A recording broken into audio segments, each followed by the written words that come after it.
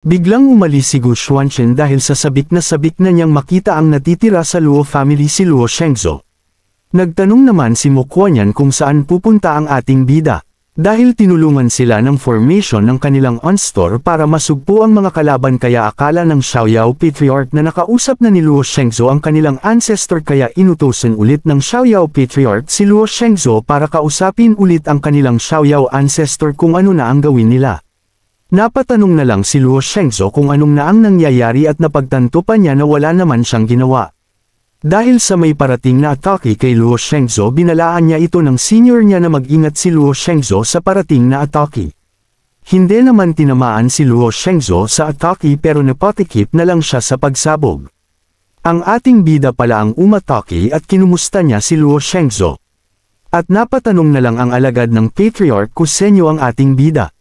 Sinagot naman ito ni Luo Shengzhou na siya si Gu Xuanchen at tinanong pa ni Luo Shengzhou kung bakit nandito ang ating bida dahil sa pagkaalam niya na sira na niya ang gantian ni Gu Xuanchen. Pinuri naman siya ng ating bida dahil naalala pa ni Luo Shengzhou ang pagwasak niya sa gantian ng ating bida. Nagtanong ang Xiaoyao Patriarch kung kilala ba ni Luo Shengzhou si Gu Xuanchen. Sinagot naman ito ni Luo Shengzhou pero maang-maangan pa niya na sinabi ni Luo Shengzhou na ang kanilang kasal ng ating bida ay inayos ng kanyang Luo family ngunit hindi raw tinuloy ni Gu Xuanchen ang kanilang kasal at basta-basta lang daw pinutol ng ating bida. Hindi pa nakuntinto si Luo Shengzhou at siniraan pa niya ang ating bida at naniwala naman dito ang Patriarch at sabay atake at nagtanong pa ito kay Gu Xuanchen kung totoo ba ang sinasabi ni Luo Shengzhou. Tinanong naman ni Gu Xuanchen ang Patriarch kung siya ang kasalukuyan na sect master ng Xiaoyao sect. Mayabang na kinumpirma naman ito ng Patriarch. Sinabihan naman ito ni Gu Xuanchen na isang bulag at sabay atake sa Patriarch. Pasiga na tinanong ng alagad kung bakit inatake ni Gu Xuanchen ang kanilang Patriarch. Matapang na sinabi ni Gu Xuanchen na narito siya para sa kanilang ancestor guide na makakuha ang Xiaoyao sect ng henyo sa Anyang City pero isa lang hamak na idiot ang kinuha si Luo Shengzhou. At pahabol pa ni Gu Xuanchen na umangat lang sa Little Heavenly Realm si Luo Shengzhou. Tinawag na nila itong henyo na galit naman dito si Luo Shengzhou. At sabi pa ni Gu Xuanchen marami ang hinyo sa Xiaoyao sect tulad na lang ng mga mountain guard kung bakit pa isang idiot ang nakuha nila na si Luo Shengzhou dahil na-insulto ang Patriarch. Pasiga na pinatahimik niya ang ating bida. Nagsabi si Luo Shengzhou na wag makinig ang Patriarch kay Gu Xuanchen dahil isa lang tong basura at nagsabi pa siya na hindi niya hahayaan si Gu Xuanchen. At naghanda si Luo Shengzhou ng kanyang espada. At sabay pag-atake sa ating bida. Ngunit harap ng ating bida isa lang hamak na sisiw si Luo Shengzhou. Dahil sa nangyari nangamba ang dalawa. Dahil bumagsak si Luo Shengzhou nang walang kalaban-laban dahil malaki ang agwat niya sa ating bida. Mayabang na sinabi ni Gu Xuanchen na ito ba ang tinawag nila na henyo. Habang nakadapa si Luo Shengzhou napatawag na lang siya sa pangalan ni Gu Xuanchen at hindi siya makapaniwala na hindi niya makita ang atake ni Gu Xuanchen. Nag-alala naman ang dalawang senior sa kanilang junior na si Luo Shengzhou at kung okay lang ito. Pasiga na sinabihan ng Patriarch si Gu Xuanchen kung bakit sinaktan niya ang disipolo ng kanilang Xiaoyao sect na si Luo Shengzhou. At biglang may paparating na mga nilalang. Nagsabi ang alagad na may paparating na mga heavenly realm baka ito ang mga pinadala ng tatlong sekta na kalaban nila at pasiga na nagsabi ang Patriarch na maghanda sila sa pagharap sa mga kalaban. Sa pagdating ng mga heavenly realm, nagbigay galang sila sa kanilang senior Gu Xuanchen at sa kanilang Patriarch. Nabigla naman sila lalo na ang Patriarch dahil tinawag na Senior Gu ang ating bida at napasabi pa ito kung ano na ang nangyayari. Sinabihan ni Mo Kuanyan ng kanilang Patriarch na dahil sa ating bida umangat sila sa Heavenly Realm. Sabi pa ni hanggang tinulungan sila ng ating bida na nahinarap ng walang kahirap-hirap ang kanilang mga Thunder Tribulation. Kinumpirma naman ito ni Mo Kuanyan at napanganga na lang sila sa mga narinig nila dahil ang Thunder Tribulation ay mahirap itong harapin sa kanila. Napatanong na lang sa kanyang pag-iisip ang Patriarch kung senyo ba talaga ang ating bida at saan ito nanggaling. Sinabihan ni Gu Xuanchen ang Patriarch na narinig niya ang sinabi ng Patriarch. Natuturoan ng Patriarch ang ating bida ng mabuting asal. Habang papunta sila sa kay Emperor Xiaoyao Scripture tinatanong ng Patriarch si Gu Xuanchen kung siya ang senior ng Xiaoyao sect at sumingit naman dito si Luo Shengzhou na hindi ito maaari dahil kasintahan niya ang ating bida dati at nasira din ang gantian nito. Tinanong ni Luo Shengzhou si Gu Xuanchen kung paano ito nagib senior ng Xiaoyao sect dahil buong buhay ni Gu Xuanchen ay nasa Anyang City lang ito. Sinabihan ni Mo Kuan-yan si Luo Shengzhou na kahit siya ang itinalaga ng kanilang ancestor hindi niya maaaring bastyusan ang ating bida. Habang hawak ni Mo Kuan-yan ang kanyang espada binalaan niya si Luo Shengzhou sa pagbabastos nito sa ating bida. Pasigaw na sinabi ni Luo Shengzhou na saktan lang siya nila kung kaya nila Mo Kuan-yan na gawin ito. At matapang na sinabihan ni Luo Shengzhou ang patriarch na dapat na nilang patayin ang ating bida dahil sa pag-atake nito sa kanya. Binalaan ni Luo Shengzhou ang patriarch na kung dumating ang kanilang ancestor ano naman ang paliwanag niya dito sa mga nangyayari. Mayabang na sinabihan ni Gu Xuanchen si Luo Shengzhou na ibig sabihin ba ni Luo Shengzhou na kaya niyang kausapin ang Xiaoyao ancestor at nais itong masaksihan ng ating bida. Nagalit naman ang patriarch dahil binanggit ni Gu Xuanchen ang pangalan ng kanilang ancestor ng basta-basta lang sa harapan ng Emperor Scripture. Pasigaw na sinabihan ng patriarch si Gu Xuanchen na ang kanilang ancestor ay mahigit 100 taon na nawala at ngayon lang ito nagparamdam dahil may lumitaw na henyo na si Lu Shengzhou kaya hindi raw siya masisi ng ating bida kung masaktan niya si Gu Xuanchen. Tinawag ni Gu Xuanchen ang kanilang ancestor at nagsabi na masama ang paningin ni Emperor Xiaoyao dahil ang pinili niyang patriarch sa kanyang sekta ay idiot. Napikan naman dito ang patriarch at sabay atake sa ating bida. Habang paparating ang atake, nasalag naman ito ng ating bida ng walang kahirap-hirap. At pinagpawisan namang patriarch sa kanyang nasaksihan. Sinibehan ni Gu Xuanchen na kailangan na nila patriarch na yumoko ng mababa at tanungin nila ang Emperor Scripture. At sinabihan pa niya ito na kung kaya niya pa itong harapin. Sa paggalaw ng Emperor Scripture na pinsala ng aura ang idiot na patriarch, habang bumabagsak ang patriarch napasoka na lang siya ng dugo. Nasabi na lang ng isa na ito ay ang Emperor Scripture. Sa paggalaw ng Emperor Scripture, at hinakbang niya na ang kanyang paa. Habang nakatayo ang Emperor Scripture, nasabi na lang ni Mo Kuan-yan na ang estatwa ng kanilang ancestor ay gumalaw. Ang walang kaalam-alam na si Luo Shengzhou na mayabang niyang sinabihan si Gu Xuanchen na ihanda niya ang kanyang sarili dahil papatayin na ang ating bida ng Emperor Scripture.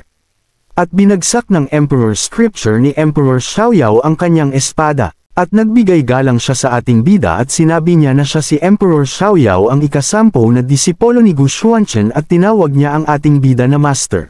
Nabigla naman silang lahat sa matinding nalaman nila. At sasabihin ulit ng ating bida, na magsiluhod sila at humingi ng tawad habang nakaupo lang ang ating bida. Habang nakaluhod ang patriarch humihingi ito ng tawad sa kanyang ancestor dahil hindi niya nakilala ang ating bida at kinalaban pa niya ito. Hindi siya makapaniwala na ang kanyang kinalaban ay ang legendary na master ng kanilang ancestor at sa pagkaalam niya dito matagal na namatay ito sa pagharap sa Thunder Tribulation na naghugis dragon.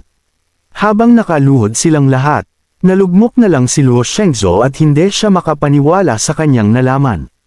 Seriusang tinitingnan lang ng ating bida si Luo Shengzhou.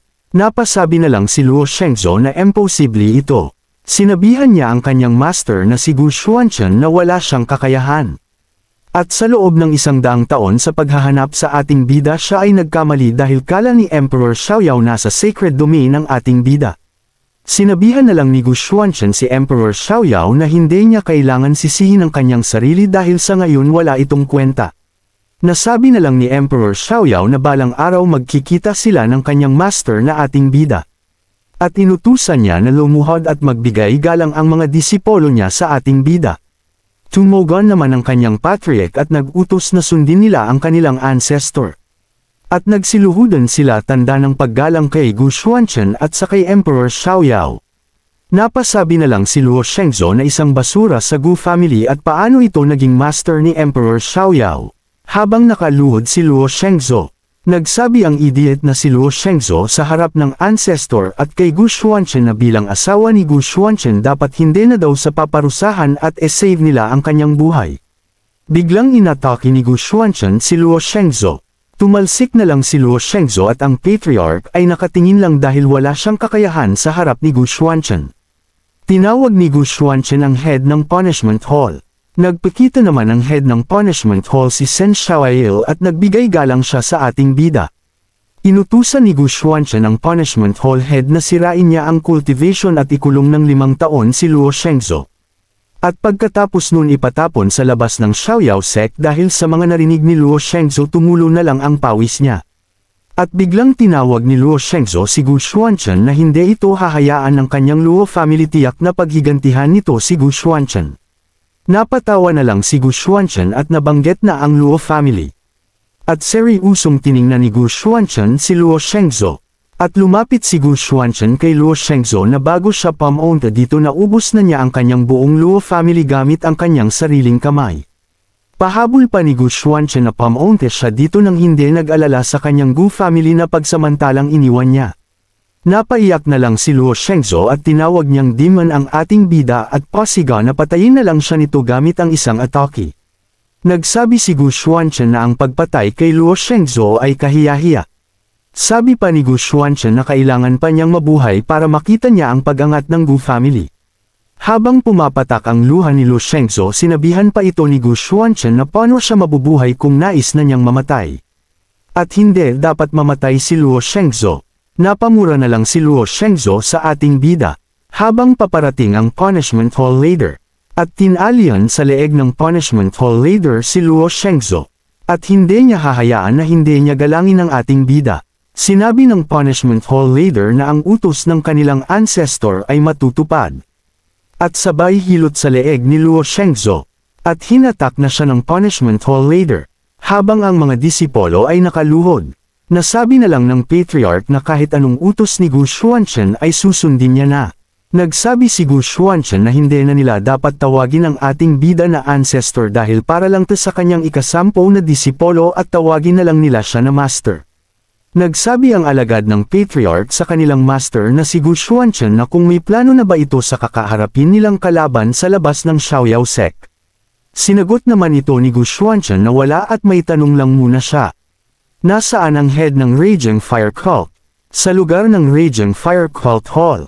Nagsabi ang alagad sa kanyang cult master na ang Xiaoyao sect ay nagdeklara ng gera sa 3 sekta. Binalita ng isang lalaki sa kanilang cult master na ang pinadala nilang mga envoy sa Xiaoyao sect ay patay na at tila hindi nila siniseryoso ang kanilang presensya ng Raging Fire Cult. Master Lian ang cult master at nag-utos siya na magdala ng mga tao para palibutan nila ang Xiaoyao sect. Ngunit huli na sila dahil sumalakay na ang Xiaoyao sect sa kanila at pinangunahan ito ni Gu Xuanchen. Napatanong na lang ang isang alagad kung sinong naglakas loob na pasukin sila. Nasabi na lang ni Gu Xuanchen na hindi na dapat nagtatanong ang mga grupo ng mga idiot. At pinag-aatake na ni Gu Xuanchen sila at napahingi na lang ng tulong ang isang alagad sa kanyang cult master. Tumagon naman dito ang cult master at sabay atake sa ating bida. Nakailag naman si Gu Xuanchen at sabay naghanda naman ang cult master ng teknik. At umatake na ang cult master sa ating bida. Sinabayan naman ito ni Gu Xuanchen. At nagsalpukan na ang kanilang mga atake.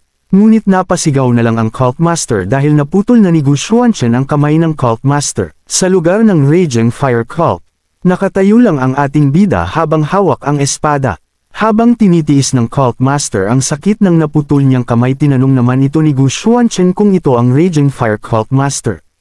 At bago mamatay ang cult master dapat magbigay ito ng huling habilin kung anong ipapangalan niya dito. At nasunog na ang Raging Fire Cult kasama ang mga alagad nito. Napasabi na lang si Mukwanyan na hindi siya makapaniwala sa nangyayari ngayon. Habang pinagmamasdan nila ang nasusunog na Raging Fire Cult, sa 100 taon na hari-harian ng Raging Fire Cult ngayon ito ay nawasak. Kinalma ng patriarch ang mga kasamahan niya dahil nandito na ang kanilang master Gu Xuanchen. Nadismaya naman ang mga kasamahan nito. Siningaitan naman ito ni Mukwanyan at sinabihan niya ito na dahan-dahan lang ito sa pananalita. At biglang tinaas ng patriarch ang kanyang espada at nagsabi na sundan siya ng kanyang mga kasamahan. Sabay-sabay na silang umatake sa mga natitirang kalaban nila. Nasabi na lang nila na ang pinakamalakas sa Xian Kingdom ang Raging Fire Cult ay nawasak na. At nagsimatayan na ang mga kalaban. At nasabi na lang ni Mukwanyan na wala silang ititirang kalaban.